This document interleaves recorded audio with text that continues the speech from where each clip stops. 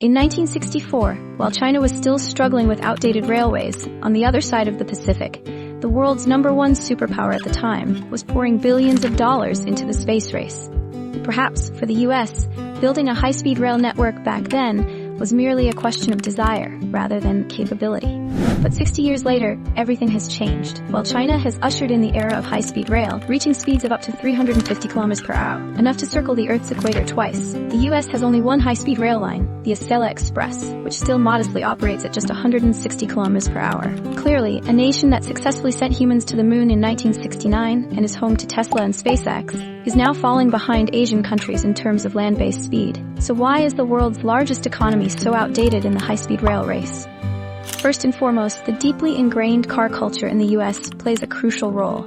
As the birthplace of the global automobile industry, the country dominated car manufacturing in the 1960s with the big three automakers, General Motors, Ford, and Chrysler. Cars contributed tens of billions of dollars in tax revenue annually and created millions of high-paying jobs. During this period of prosperity, the U.S. government invested up to $500 billion into the federal highway system, making it more compatible with automobiles, which were used daily by 85% of Americans. However, few people realize that all three of these automakers employed various strategies to maintain their dominance.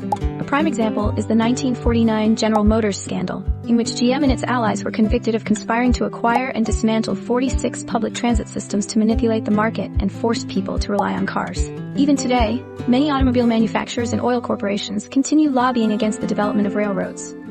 The second major obstacle is the natural geography of the U.S. Unlike Japan or European countries, the United States is vast, and its cities are spread far apart. For example, the distance between New York and Los Angeles is nearly 4,000 kilometers, about 10 times the distance between Tokyo and Osaka. This poses a major economic challenge for high-speed rail in the U.S., where construction costs can reach up to $56 million per kilometer, 3 times higher than in China, and nearly twice as much as in Europe. This high cost is largely due to land acquisition expenses, as railway routes connecting major cities often pass through densely populated urban areas where land prices are exorbitant. Additionally, the process of land compensation and expropriation is far more complicated. Finally, the investment dilemma in high-speed rail has become a vicious cycle with no way out. Citizens oppose it due to high costs.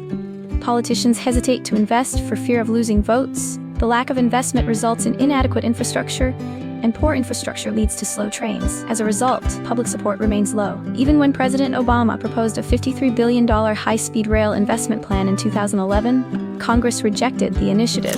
The result? While high-speed rail systems in many other countries are racing ahead at 300 to 350 kilometers per hour, the fastest train in the US, the Express, still crawls at an average speed of just 160 kilometers per hour, slower than Japan's Shinkansen from 60 years ago.